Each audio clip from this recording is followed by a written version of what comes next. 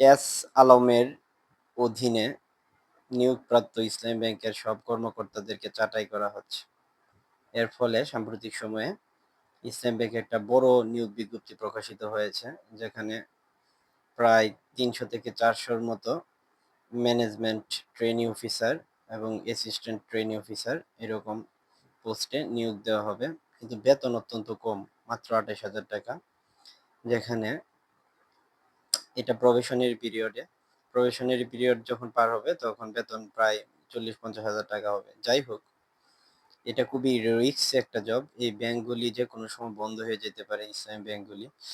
তবে ইসলামী ব্যাংকটা বন্ধ হবে না, তবু এটা একটা রিস্ক থেকে যায়। কারণ এই সরকার আসছে, আবার কোনো কারণে যদি সরকারের পরিবর্তন হয় তখন যে আপনাকে ছাঁটাই করবে না তার তো কোনো গ্যারেন্টি নাই ভাই।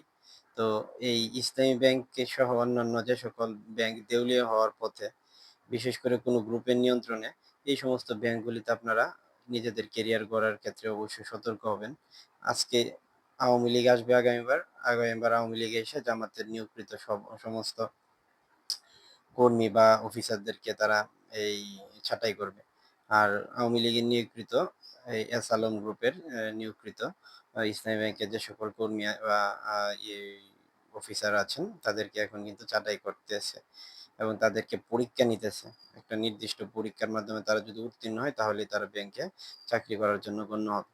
আর যদি উত্তীর্ণ না হয়, এখন এই ৩০, ৩৫, ৪০ বছর বয়সে আবার পরীক্ষা দিবে এবং সেই পরীক্ষায় উত্তীর্ণ হতে হবে। এটা যে কি ধরনের একটা হ্যারাসমেন্ট, এটা যে পড়বে সেই বুঝবে। সো ব্রো, যারা আমার ভিডিওটি দেখছেন, এই সমস্ত ব্যাংকে চাকরি করে এমনি হারাম।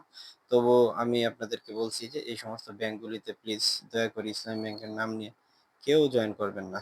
ধন্যবাদ।